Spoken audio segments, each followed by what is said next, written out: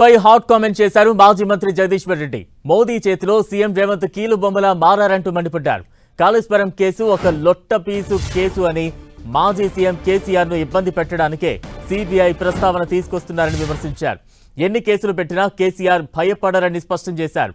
కేంద్ర దర్యాప్తు సంస్థలు మోదీకి జేబు సంస్థలుగా మారాయంటూ రాహుల్ గాంధీ విమర్శిస్తుంటే, అదే కాంగ్రెస్ ప్రభుత్వం ఇప్పుడు సిబిఐ విచారణ కోరడం ఏంటంటూ ప్రశ్నించారు.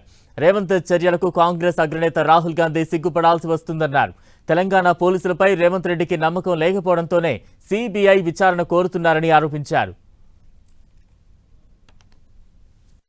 మోడీకి జేబు సంస్థలాగున్న సంస్థకి ఈ రాష్ట్రంలో ఉన్న ఒక ప్రధాన ప్రతిపక్ష నాయకుని పైన కేసు అప్పచెప్పడం అంటే రేవంత్ రెడ్డి ఎవరి కొరకు పనిచేస్తుండో, ఎవరి జేబు మనిషిలాగా పనిచేస్తున్నాడో అర్థమవుతుంది.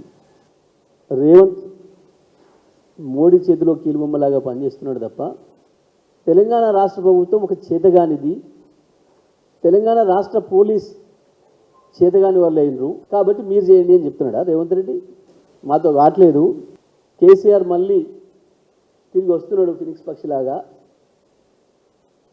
కాబట్టి ఏదో ఒకటి చేసి కేసీఆర్ని ఇబ్బంది పెట్టండి అని చెప్పి మోడీ కాలం మీద పడతాను బయట. ఎందుకంటే మీ చేతిలో ఉన్న అధికారాన్ని తీసుకుపోయి మోడీ చేతికి ఇవ్వడం అంటే దాని అర్థమైంది.